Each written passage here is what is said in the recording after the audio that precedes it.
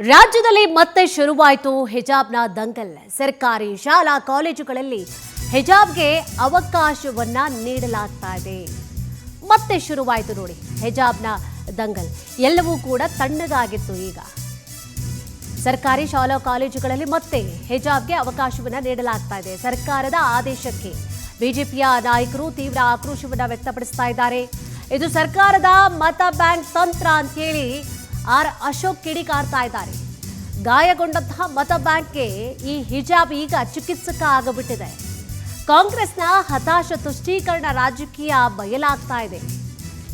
ಆಡಳಿತವನ್ನ ನಡೆಸಲು ವಿಫಲ ಆದಾಗ ಓಲೈಕೆ ರಾಜಕಾರಣ ಶುರು ಆಗಬಿಡುತ್ತೆ.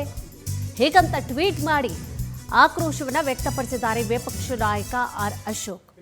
ಹಿಂದೂ ವಿದ್ಯಾರ್ಥಿಗಳಿಗೆ ಕೇಸರಿ ಶಾಲು ಕೊಡ್ತೀನಿ ಅಂತ ಹೇಳಿ ಒಂದು ಕಡೆ ಈಗ ಯತ್ನಾಳ್ ಅವರು ಹೇಳ್ತಾ ಇದ್ದಾರೆ. ಒಂದು ಕಡೆ ಅಶೋಕ್ ಕಿಡಿಕಾರ್ತಾ ಇದ್ದಾರೆ, ಮತ್ತೊಂದು ಕಡೆ ಯತ್ನಾಳ್, ಮತ್ತೊಂದು ಕಡೆ ರಾಜ್ಯದಾದ್ಯಂತ ಪ್ರತಿಭಟನೆಗೆ ಶ್ರೀರಾಮ ಸೇನೆ ಕೂಡ ಕರೆ ಕೊಡ್ತಾ ಇದೆ. ಎಲ್ಲವೂ ಕೂಡ ತಣ್ಣಗಿತ್ತು ಅನ್ನುವ ಆಗಲೇ ಹಿಜಾಬ್ನ ದಂಗಲ್ ನೋಡಿ ಈಗಾಗಲೇ ಶುರುವಾಗ್ತಾ ಇದೆ.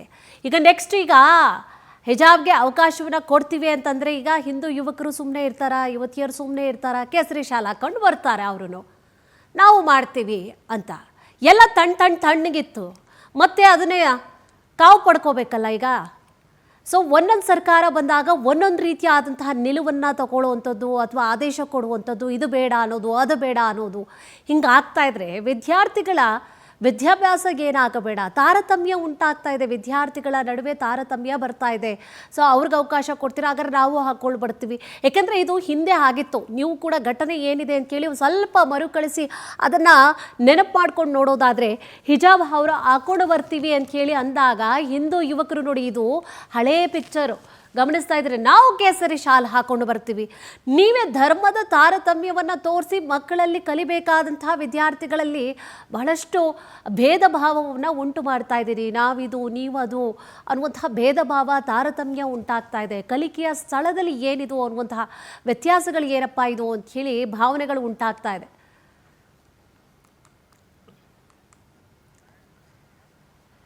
ಶಾಲಾ ಕಾಲೇಜುಗಳ ಸಮವಸ್ತ್ರ ಆದೇಶದಲ್ಲಿ ತಿದ್ದುಪಡಿ ವಿಚಾರ ಸಂಬಂಧವಾಗಿ ರಾಜ್ಯ ಸರ್ಕಾರದ ವಿರುದ್ಧ ಬಿಜೆಪಿ ಎಂಎಲ್ಸಿ ಸಿಟಿ ರವಿ ಆಕ್ರೋಶ ಹೊರಹಾಕಿದ್ದಾರೆ.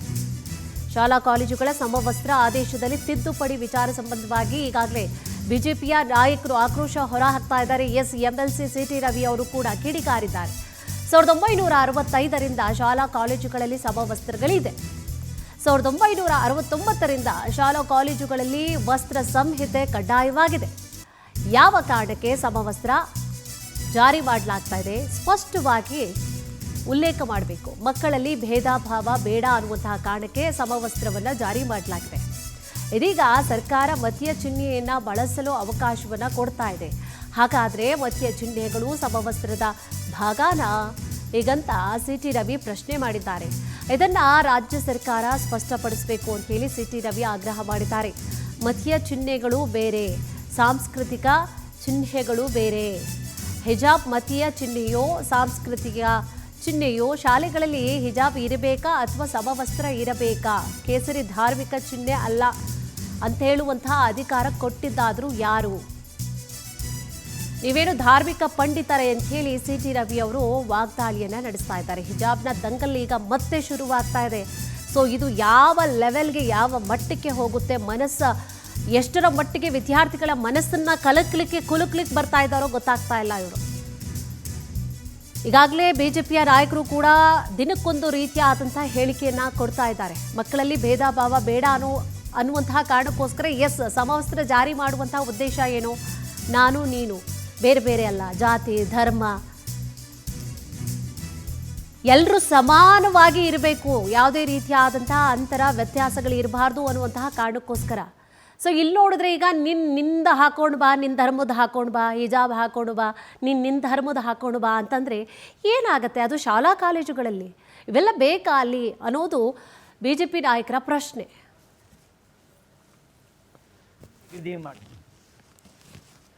ಬಾರ್ಡರ್ ಹೇಗಿರಬೇಕು ಅಂತ, ಅಲ್ಲಿ ಹಿಜಾಬ್ ಪಾರ್ಟ್ ಆಫ್ ಯೂನಿಫಾರ್ಮ್ ಆಗಿದ್ದರೆ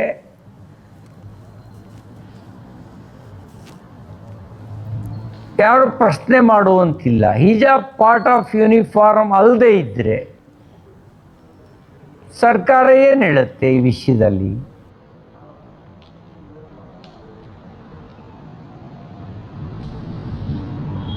ಇದನ್ನು ಸ್ಪಷ್ಟಪಡಿಸ್ಬೇಕು. ಮತ್ತು ನೀವು ಕೇಸರಿ ಧಾರ್ಮಿಕ ಚಿಹ್ನೆ ಅಲ್ಲ ಅಂತ ಹೇಳುವ ಅಧಿಕಾರ ನಿಮ್ಗೆ ಯಾರು ಕೊಟ್ಟವರು? ನೀವೇನು ಧಾರ್ಮಿಕ ಪಂಡಿತರ?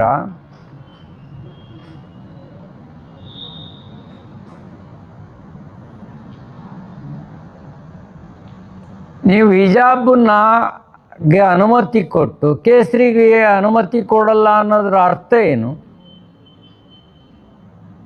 ಯಾರಾದರೂ ಕೇಸರಿ ಕಲರ್ನ ಹಿಜಾಬ್ ಹಾಕೊಂಬಂದ್ರೆ ಅವ್ರನ್ನ ಹೊರ ಕಳಿಸ್ತೀರಾ?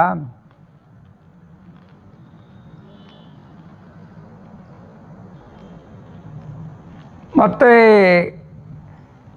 ಕೇಸರಿಗೆ ಯಾಕೆ ವಿರೋಧ ನಿಮ್ಮದು?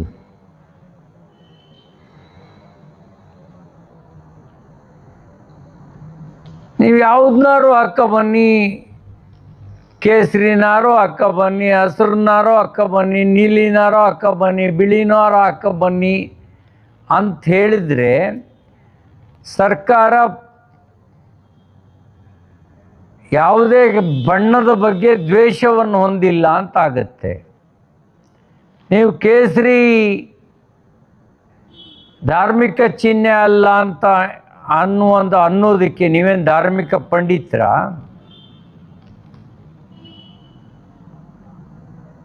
ನಮ್ಮ ಮಠಾಧಿಪತಿಗಳು ಬಳಸೋದು ಕೇಸರಿನೇ.